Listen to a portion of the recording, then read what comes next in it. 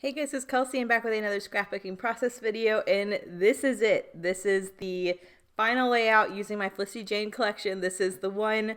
I'm going to try and make it super layery. I have lots of scraps, lots of different colors, so this is going to be a fun one. I always find these layouts, the final one of the month when I'm really trying to use everything, challenging in a really fun way. It's like a puzzle where I have to try and figure out how to get all of these different scraps on a page in a way that makes sense. You heard from the last process video when I was using Felicity Jane that I do not have any 12 by 12s left, so I decided to pull in a white piece of cardstock for my 12 by 12. I do have some pretty large chunks of paper left over, so I do need to get them used up, but they weren't enough to really piece together a 12 by 12 with. So I'm just piecing them onto this white cardstock. It'll end up pretty much being like 1 centimeter or half an inch roughly frame around the outside, as you can see here, and then the rest of the page I'll piece together using my scraps. So I already have this kind of awkward angle from when I did my scrap lift earlier in the month, and I did that really cool corner design.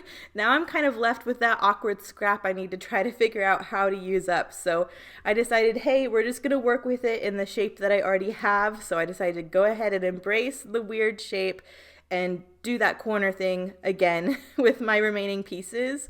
So you can see I trimmed a corner off of this yellow gingham to fill in that corner, and now again I'm left with another scrap that has a weird angle in it. So this was a real challenge to try to figure out how to use the weirdly shaped things. I really wanted to embrace them because typically these types of pages where I have an odd thing to use or try to figure out can end up being really, really cool in the end if I just roll with it and try to not camouflage it or make it normal, if that makes sense. So I have my kind of background here, and now I'm looking at all of these scraps like, okay, how am I going to start with these layers? I have another weird chunk of this yellow gingham, and then all of these miscellaneous bits I've been saving through the whole month.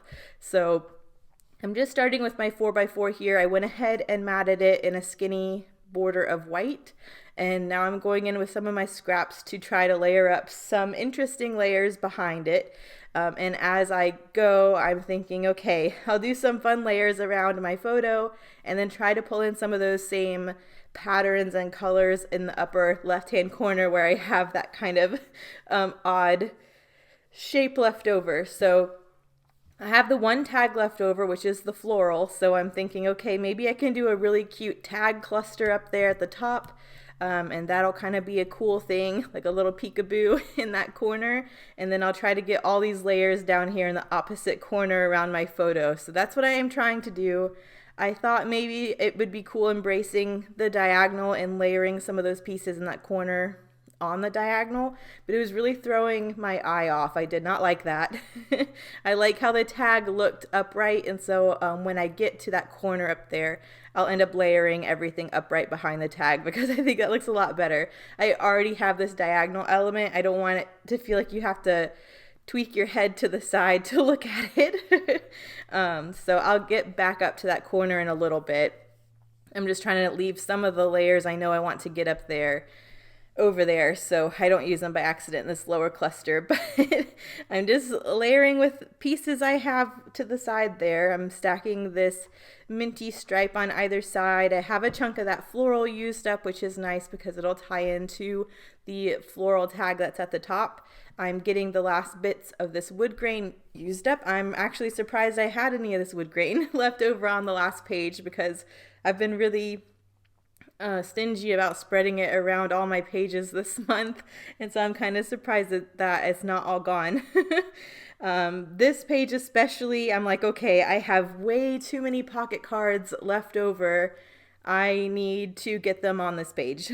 So a lot of these pocket cards, you'll see I just cut them in half and stacked them on either side of the layers. So that multicolor stripe you saw I just did the floral pocket card. I do the same thing with, and that's just a good way to get them used up. Make them look like longer layers by having them on either side.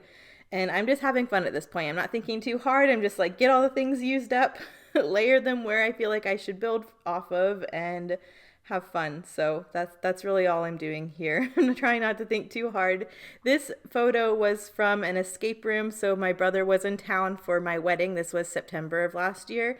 And we always like going and doing escape rooms whenever we're all together. And we had an undefeated record up until this point. And you'll see when I kind of go into my journaling, we're not sore losers, okay? Like, their room legitimately was flawed. So we end up running out of time because a lot of their puzzles just didn't work. When we had solved one puzzle, the wall was supposed to pop open so we could go into the next room, and it never did. So we spent a lot of time. It was like, you only get an hour, and it was like at least 10 minutes. We're trying to like go around the room to figure out what puzzle is next because we don't see anything left in this first room. And then the guy finally realizes that the wall is stuck and comes in. He was like, oh, you did that puzzle. This wall was supposed to open, and he pops it open for us. And we're like, well, do we get those 10 minutes back? Because that was your fault, not ours. And now we're down 10 minutes because your room didn't pop open. And he did not give us our time back. And then on a puzzle shortly after that, we had to weigh items in order to get numbers that coordinated to a lock. And the items were not weighed. They did not weigh what they're supposed to weigh to give us the numbers we needed.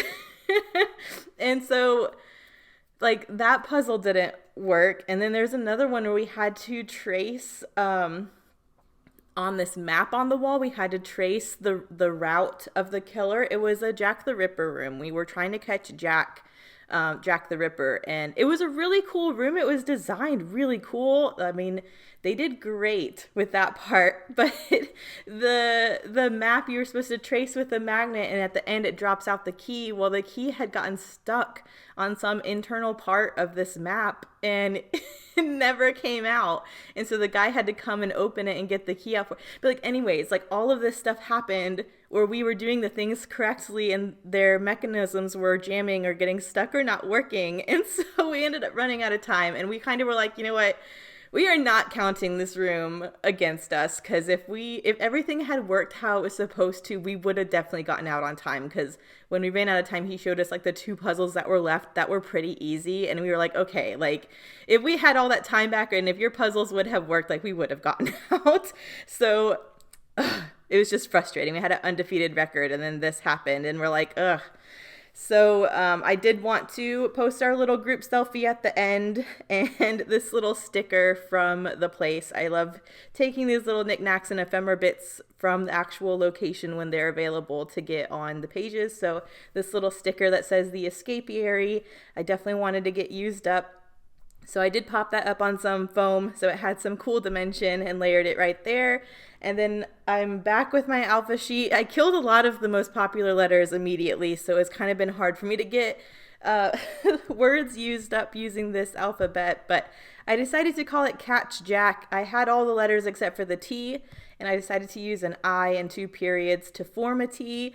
And I just decided to roll with it. I thought that made sense. It's the Jack the Ripper room. And I thought that context clues kind of that made sense to me. We're at an escape room. We had to catch Jack. And then when I do the journaling, I will just make sure I note that this is a Jack the Ripper puzzle.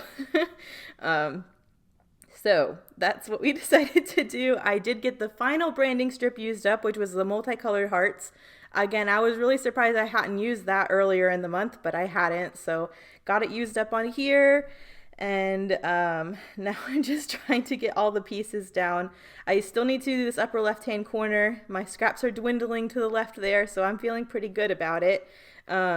You'll notice at the end of the month when I do my layout share that some of these pieces you see left over here are not there, because after I finished this page and saw what I had left over, I kind of revisited some of the pages earlier in the month that I kind of felt were still too plain and could use extra pieces, but because it was early in the month and I didn't have these scraps available yet, I left as they were. But now that I have finished officially the last page, any pieces left over after this page, I went back and kind of added bits and pieces to the pages I felt were a little too plain. So you'll see that. I'm really excited to show you guys what I have left over at the end of this month because I think I did really good. But yeah, this little cluster up here, I'm just trying to give you the same kind of look as I did with the layers around my photo, but in a more compact, simple way. I didn't want to cover up too much of this yellow gingham because I really like how that corner balances this big scrap of the yellow gingham that's the final layer around my photo.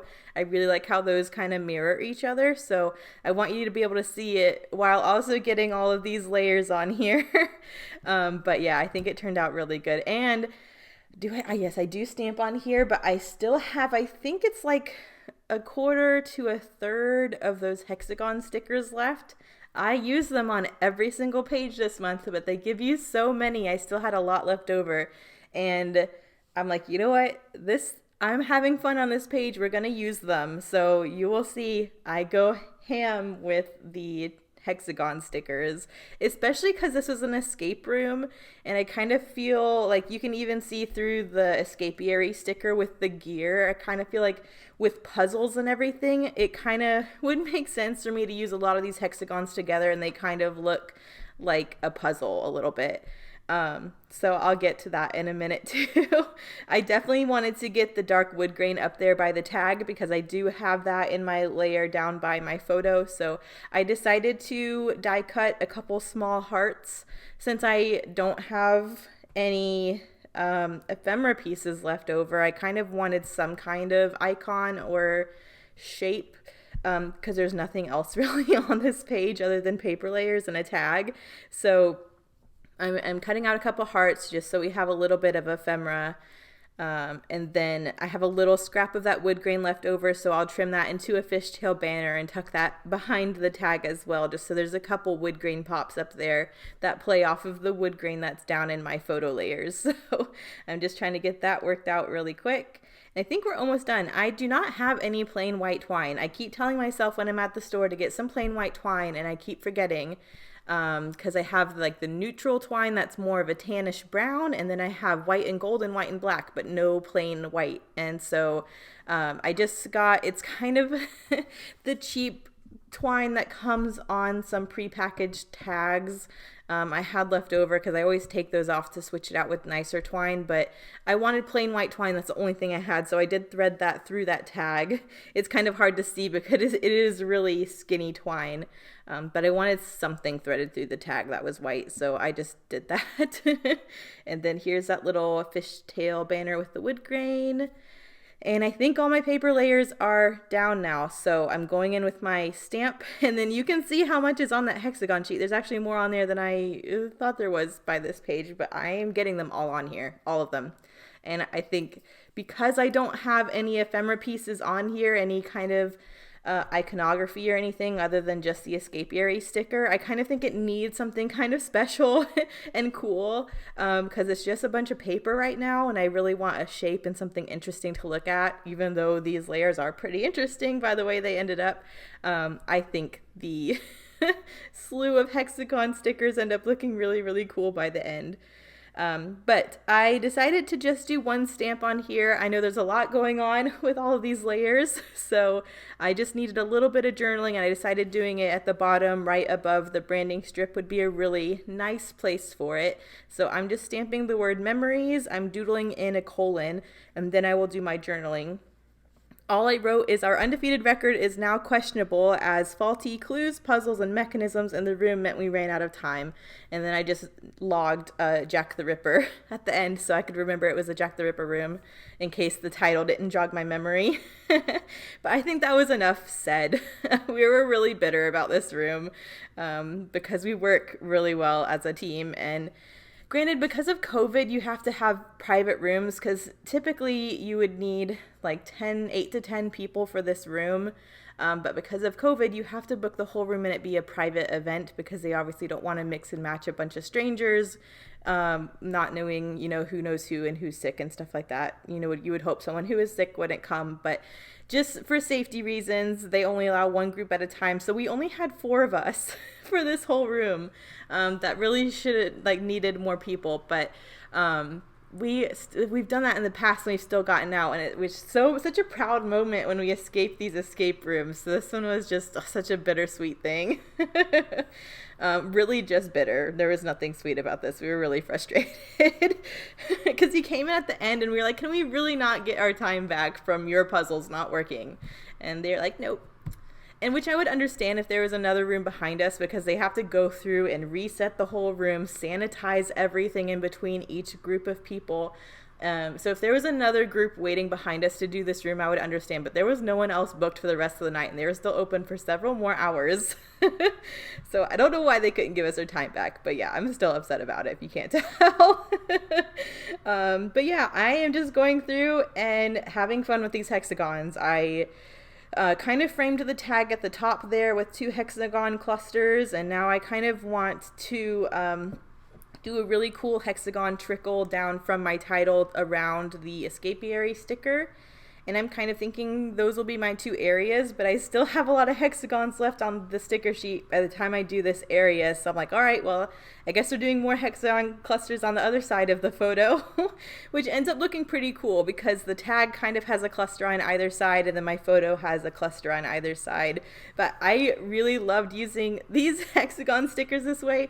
This is kind of how I've been wanting to use the hexagon stickers all month long, but I've been wanting to use them on every page, so I've really just been using them in little clusters here and there. So it was fun on this final page to really just get to use them all and do this really cool puzzle honeycomb looking design.